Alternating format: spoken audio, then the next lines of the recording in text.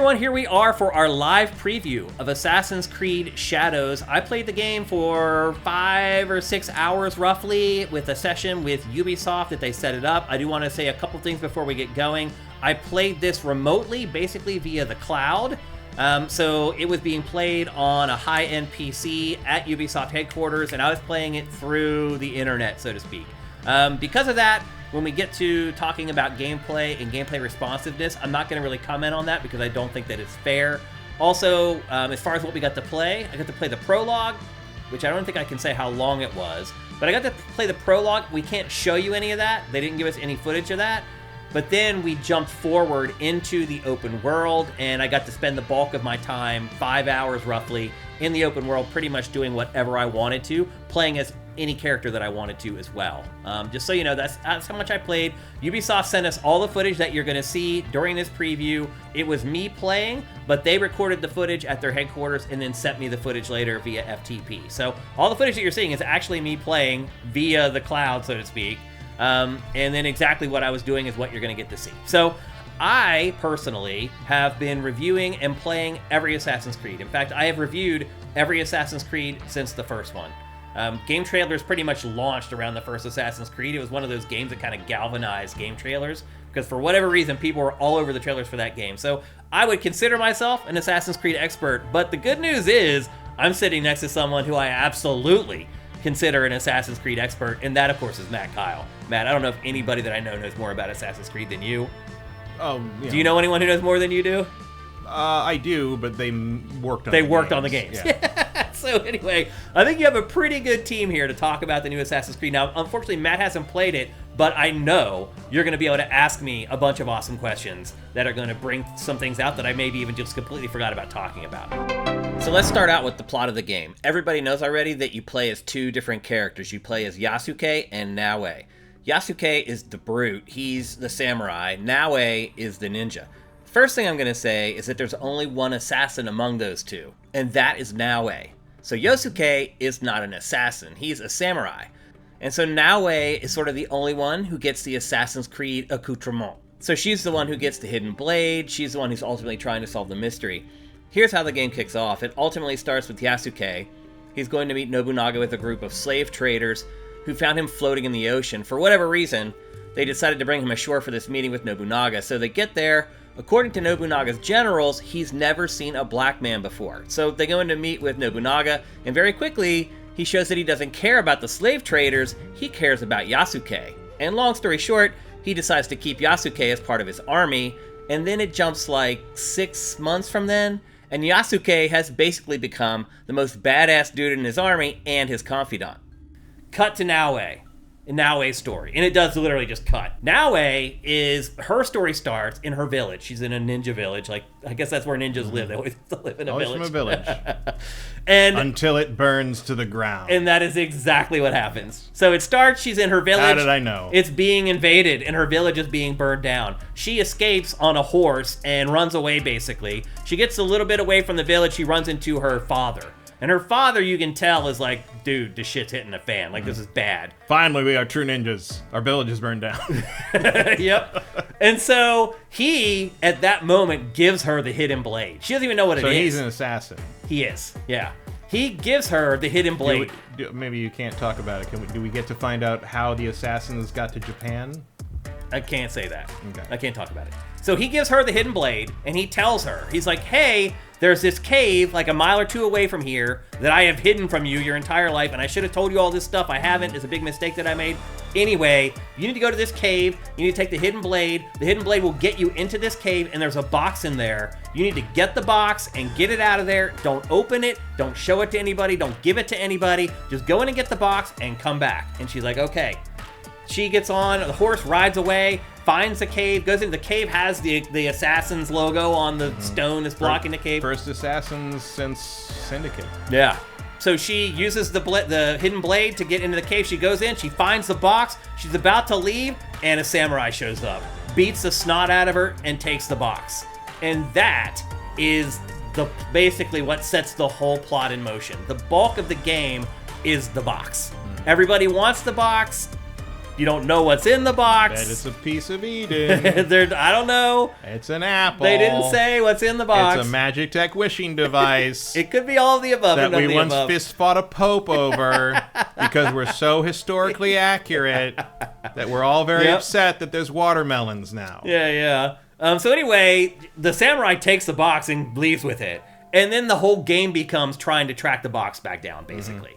I don't know about the whole game, but they jumped us forward into the game a long ways, and they were still looking for the box at that point. So you start out the game, you're playing as Yasuke. He's the first character that they give you, and you get to learn how to play as him. And he is unlike any character that you've ever played as in Assassin's Creed. So as I said earlier, he's not an assassin, so he doesn't have the hidden blade or anything, but he still does assassin-y things. Like, he can climb and parkour, and it's hilarious because he's like this gigantic dude with this huge armor, and he's climbing up these little handholds and like lifting himself up onto the roof, and like, so you can climb and jump and stuff as him, but Naoe, she's the one for traversal.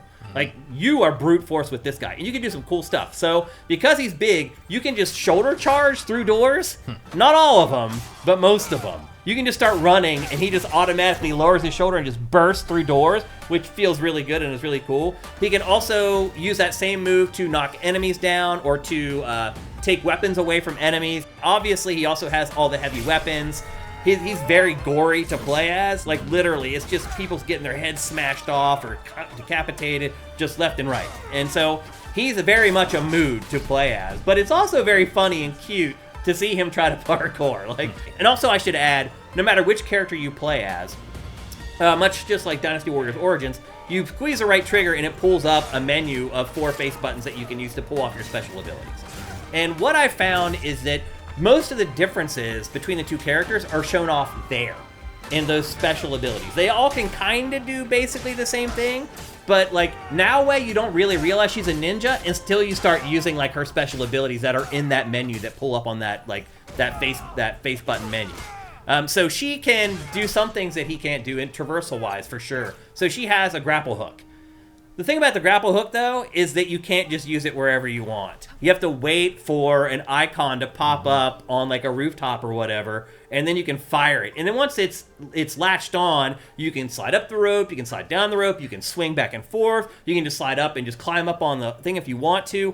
One of the issues that I did find in the game is her parkour can get a little funky on the rooftops because there are these ancient Japanese roofs that are like all like curved. They're almost like half pipes. And she just there's lots of overhangs, and she has problems sometimes like figuring out like what you want to do. However, I saw some really cool stuff in this. So there was, I was in a fight, and I kind of skirt around and start attacking the guy. He comes towards me. Naoe jumps up on the bale of hay and it's like repositions herself almost like Spider-Man on the bale of hay and grabs him and assassinates him. Like, next level shit, dude. Like, stuff that you don't see in video games with them reorienting themselves to the environment. Most games, that attack starts to happen, they teleport you out to a flat part of the ground so that the canned animations work. Or she just plays the animation while standing on the hay bale and he randomly dies right a foot below her. And it's insane. I saw little stuff like that all through this game. Like little things where I was like, oh, okay, that's why this game has been in development for how many years now at this point? Too many.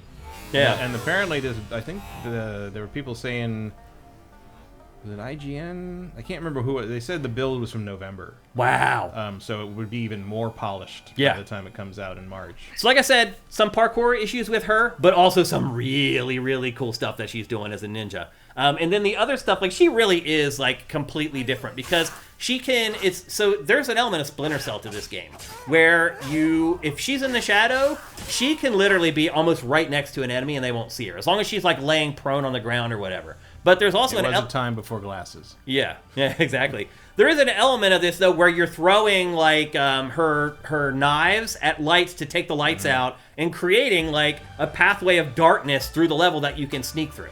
So you can do all that. You can go totally stealth and not get caught at all, or you can use her combat. And her combat is completely different from what you're getting from the Brute. So her combat, almost all of it is tied into the shoulder buttons. Like her normal like hacking and slashing stuff, like do nothing.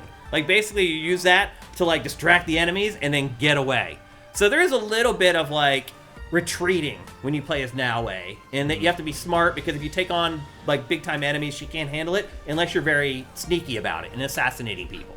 And again, it's Assassin's Creed. She is the assassin in this. Did you have your Kusarigama yet? What is that? Like the sickle with the long chain. No, I haven't got that yet. No. In the big gameplay thing where she is hitting like 3 guys at once. I didn't get that yet. She's using. Yeah, I didn't get that yet. No, unfortunately. I got throwing knives, but that seems like her big combat upgrade at some point. Yeah, I would imagine. But she does crazy stuff as well. So like as towards the end of my play session, like the person from Ubisoft is like, okay, you're kind of running out of time, so you might want to wrap up stuff. And I was like, okay, so I want to start trying stuff. I started trying doing crazy stuff. She can possess enemies and convince them to start fighting each other.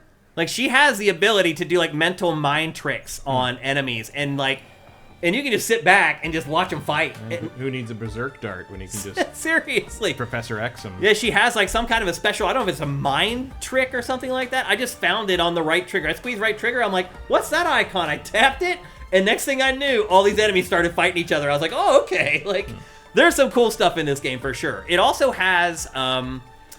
I can't remember what they called them in the old games, but you can call in like your comrades and like sick them on enemies. Like, I didn't get to try that. That wasn't in the part of that I played, but they talked about it. How you can hire like these assassins for hire or whatever, and they'll jump in and fight. But then you also hire scouts. So one of the big differences in this is that it's not just about synchronizing an area. You still do that. You'll still climb to the top of a big thing and like synchronize, and it does the whole camera spin around or whatever, but it doesn't automatically show you everything on the map or even just with your naked eye out in the world. You then have to use, I think it's L2 to, so here's the other thing. Naue has eagle vision. Mm-hmm. The Brute does not. Because he's not an assassin. So she can see through walls way better, can see enemies and stuff like that. He still can detect enemies. If you squeeze L2, it'll show just like dots if there are enemies there. But she can see through walls and see like pickups and all that kind of stuff. So she's like the scavenger. She can go and get stuff more easily than he can as well. So that's kind of another ability that she has that he doesn't have is the eagle vision. So all the stuff that is assigned to assassins, typically in Assassin's Creed, she's generally the only one that can do them. Do they share inventory, or do they have separate? Everything is completely separate. So she couldn't even pick up one of his weapons. Like, literally, each one of his weapons weighs more than she does. So it's completely different. The loadout for both of them, they don't share anything. Literally, it's completely different. Now, so if you do a mission and pick one or the other, does that mean you play a totally different mission? No, you play the same mission. Same mission, but like your goal is the same, but he's just busting through the door and she's sneaking through the roof, basically. Yeah. And so you can choose whatever you want to swap. As I said, when the game first starts, they make you start with him, and then you can immediately switch if you want to. But you go to the pause menu, and there's just like a button. It's like X or something. You hold it, and you switch. And I will say, it does take a little while for it to load up the other character. It's not as elegant as I had hoped. Maybe that's something that they've worked on since November. Mm-hmm. I hope, anyway. But you can then, once the game starts, you can switch whenever you want to. Now, like in comparison to like GTA 5 switching, how is that? It's about the same, honestly. Yeah. Maybe they'll improve it, though. I'm hoping that they will. Because it was slow and a little bit of sluggish, the changing part of it. So anyway, you can change whenever you want, anytime. Like, just go to the pause menu and do it. But then there are certain parts in the game where, like, a set-piece moment is about to happen, and the game will pause. You saw it in, like, the early B-roll that they put out. And there you do choose, like, where you want to go. And sometimes you have no clue who the better person is for the mission, because you don't know what the mission is. Like, they'll tell you, but you don't know what it really entails. Other times, they will give you, like, a subtle hint. So they'll say, hey, we're going to invade this encampment. And they'll pause, and they'll show the encampment. And if it's really tall, and, like, there's going to be a lot of parkour involved, then generally you want to pick Naue. If it's lower, and you can see a ton of enemies, like, camped out around it, then you want to choose him. And that's generally how it works. Not every time, though. Sometimes they make you choose. You have no clue what the mission is, and you get, like, 5 minutes into it, you're like, this isn't working. And you just hit pause, and you just go back. And as far as mission objectives are concerned, that's probably the one thing about this game that is most like old Assassin's Creed. You just walk up in the open world, tap Y to talk to somebody. Sometimes it seems like you're going to have just some stupid, innocuous discussion, and it just explodes into this gigantic mission that ends up lasting for like 45 minutes or whatever. But as far as like the mission objectives, they're all very much the same. There's political intrigue. There's this guy needs to be assassinated. This guy stole from me. Go take care of it. Like, a lot of the mission objectives you're used to from other Assassin's Creed games, they're kind of the same here. I think that's probably the thing that felt the most true to the Assassin's Creed brand playing this. It felt the least detached from it, I guess, is the way I would put it. So missions, as far as how you take missions, other than talking to people out in the overworld, once you've finished a mission, sometimes everything will just stop and you're just standing there. You're like, well, what am I supposed to do? There's no waypoints. So what they do is you go into the map and they'll say, okay, here's a mission. And there's like a mission like tree there. And it'll have like a person, and it'll have like all the mission objectives around that person. And if you highlight one of them and select it, it will say, okay, it will give you like a general area where the mission's supposed to take place. So very similar to Mirage. A little bit. And then you hire scouts. And the scouts go out into the world, and they will reveal little parts of that zone that they showed you at first. And that will narrow it down a little bit. And then you go there to the area, climb up high, do the synchronize, and then from up there you hit L2 and you can start picking like individual enemies. You can pick locations and things like that. And then you jump down and you start going and adventuring and trying to find them. And eventually it does get to the point where you basically do have a waypoint. I do feel like they've gone out of their way to not have a waypoint when ultimately you end up having a waypoint for the most part anyway. Like, they try to say that, like, you're going to be wandering around, like, not knowing what to do, and you got to rely on this other stuff. It's really not like that. Like, I never got frustrated with, like, I don't know what to do. Like, what do I got to go? Like, I never felt that way playing the entire time. Like, I always, if you follow the tree, the mission tree in the pause menu, it's very easy to figure out what you need to do. I never felt like the new system of, like, discovery or whatever, or autonomy, I think is what they're using. I didn't feel it ultimately ended up being that different. Oh, so there's you build a hideout eventually. You build a base of operations eventually. You meet powerful allies that you can then build relationships with and then recruit them. And those are the ones that you send out fighting for you with commands. Again, that wasn't something I got to try. They just talked about it. There's no crafting or resources to collect. Yeah, the missions are all very similar. Like, you have to clear out an encampment, and there's like 3 like mini bosses and then the main boss in there, and you have to fight them all. Anything revolving around fighting, you always want to choose him. You never want to choose Naue. It's just way easier with him. The one thing I will say too about the combat, and again, I played this via the cloud, so I'm not going to talk about how responsive it was or anything like that because it's not fair to grade it that way. But I will say this, another question that I asked him where he was like, you have to talk to your PR representative was, are there counter kills? And there are not.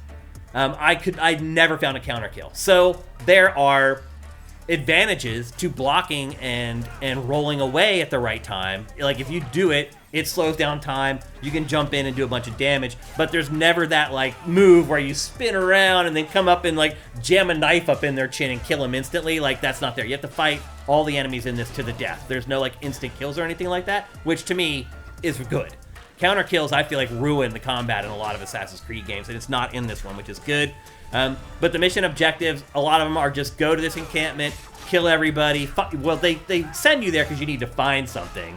But once you get there, you basically just have to kill everybody, and then the thing that you want is being guarded by the final boss of the area.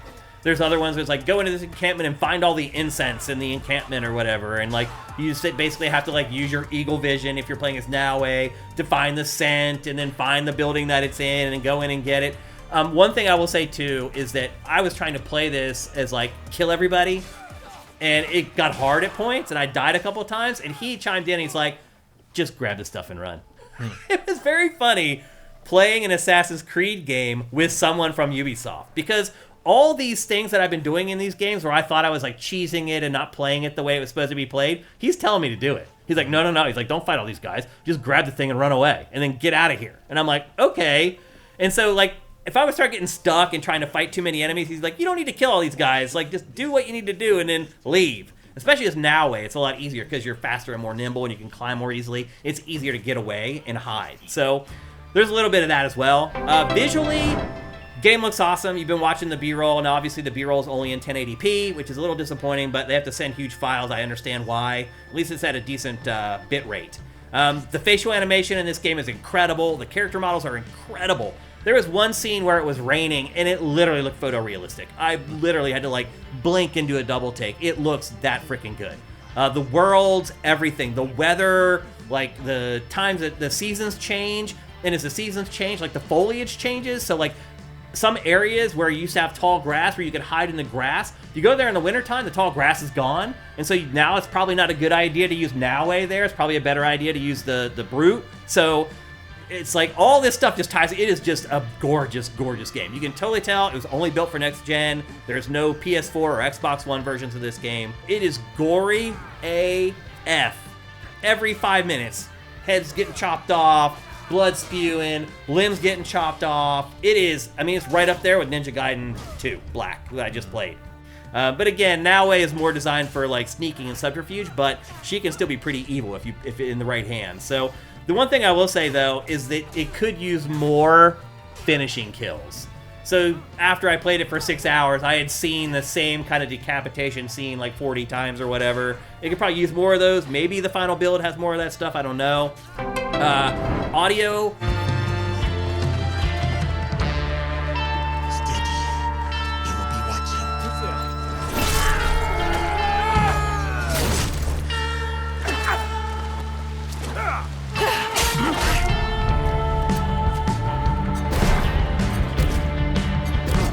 Has a full dubbed Japanese version if you want to. There's different options on how you want to play the game. So the canon mode lets you make decisions between the two characters. You can decide which two you want to play as. If you turn it off, you lose the decision-making ability, which is weird. You would think if you lose the decision-making ability, that would be called the canon mode. Yeah, because then they're in control of what happens. They're choosing how the story goes. So I don't know how that works. And then there's something called the immersive mode, and that is all Japanese, no English. So that just immerses you into the world or whatever.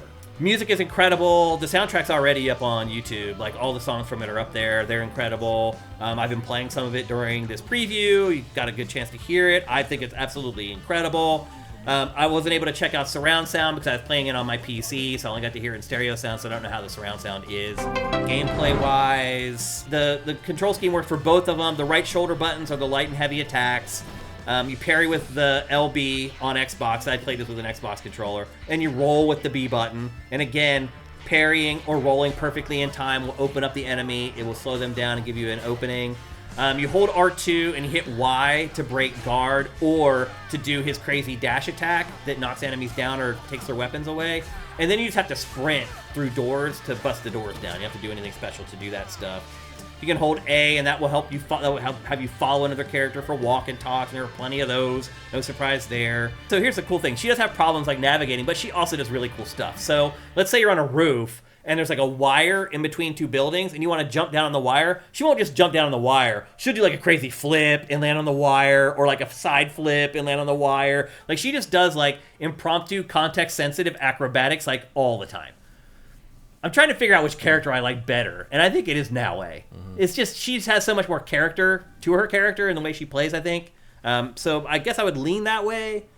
Did they do anything when you're not playing them? Like, if you're not playing Yasuke, is he off? They're off somewhere. When you switch to them, is like, do you jump to them like just where you left them, or are they like somewhere else? Like they've because you do it in the pause menu. When you come back, the new character's just standing there. Just standing there. They don't show like a cut scene where like your spirit flies from one to the other or anything like that. It's just you're just now playing as them. So right. So it's not like GTA 5 where like you switch over and like Yasuke's like buying fruit at the market or something or anything. Okay. No, it's not like that. And I think what are you doing? So if there's no resources and no crafting, what are you doing out in the world? Like, what's the open world for?